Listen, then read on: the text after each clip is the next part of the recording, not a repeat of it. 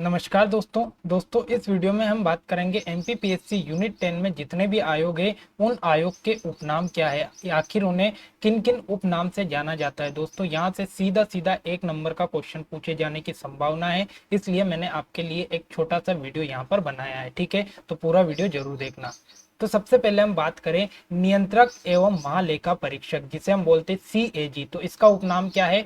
Watch dog. Most important नाम है, याद रखना। जो नियंत्रक और महालेखा परीक्षक है इसे क्या बोला जाता है? वॉच डॉग बोला जाता है। क्यों? क्योंकि ये सारे लेखाओं का यहाँ पर देखता है, निरीक्षण करता है, इसलिए इसको क्या नाम दिया गया? वॉच डॉग नाम दिया गया।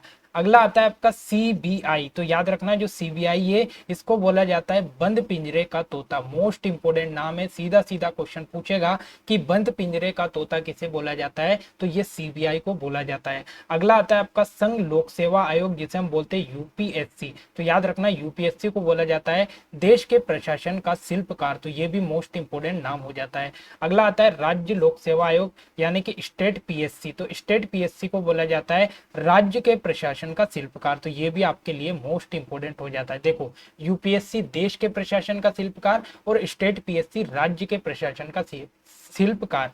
अगला आता है आपका बीएसएनएल। तो याद रखना, बीएसएनएल को बोला जाता है व्हाइट एलिफेंट। ये भी मोस्ट इंपोर्टेंट है, याद रखना। जो बीएसएनएल है इसे क्या बोला जाता है? तो इसे व्हाइट एलिफेंट के नाम से जाना जाता है। अगला आता है आपका पीएससी या प्राक्कलन समिति। तो याद रखना, जो आपकी प्राक्कलन समिति है ये है आपकी जुड़वा बहन। ठीक है, तो याद रखना, जो पीएससी है और ये प्राक्कलन समिति है, ये दोनों समितियों को क्या बोला जाता है? तो ये दोनों समितियां जुड़वा बहन कहलाती है। कौन कौन सी? एक तो पीएससी और एक प्राक्कलन समिति, दोनों को क्या बोला जाता है? तो दोनों जुड़वा बहन कहलाती है। मोस्ट इंपोर्टेंट है।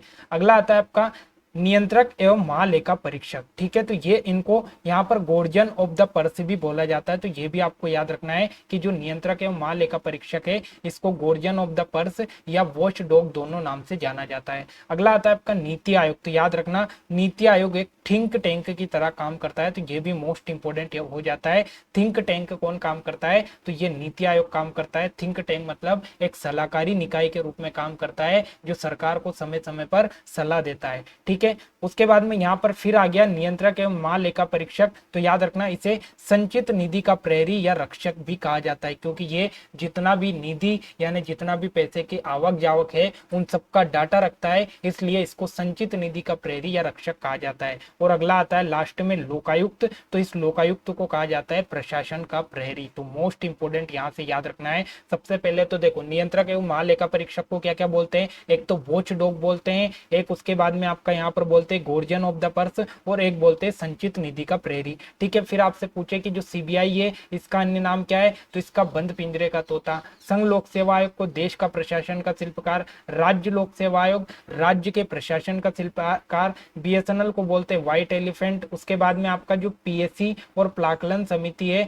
ये दोनों मिलकर क्या बनाती है? तो दोनों जुड़वा बहन कहलाती है। उसके बाद नीति आयोग एक थिंक टैंक की तरह काम करता है, और जो लोकायुक्त है इसे प्रशासन का प्रहरी कहा जाता है। तो दोस्तों, ये कुछ आयोग के उपनाम थे जहां से सीधा सीधा क्वेश्चन पूछ सकता है, इसलिए मैंने आपके सामने छोटा सा वीडियो बना दिया। अगर वीडियो अच्छा लगे तो लाइक कमेंट शेयर करना ना भूलें, और बने रहे हमारे चैनल पर एमपीपीएससी और व्यापम की हर एग्जाम से रिलेटेड जानकारी पाने के लिए। मिलते हैं अगले वीडियो में। जय हिंद, जय भारत।